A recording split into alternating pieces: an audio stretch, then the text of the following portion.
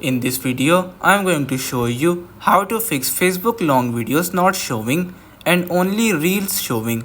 So first of all, open up your Facebook application. On your Facebook application, you have to tap on menu, which is present at the bottom right corner of your screen. Now on the menu, you have to tap on the settings icon, which is present at the top right side of your screen.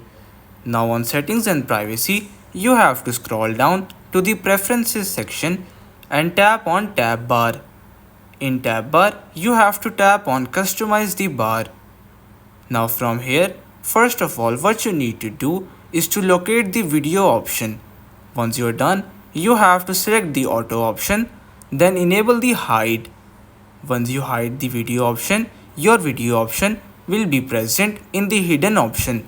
So now once you're done, you have to go back to your Facebook main screen, and now as you can see, you can't see the video option in your tab bar.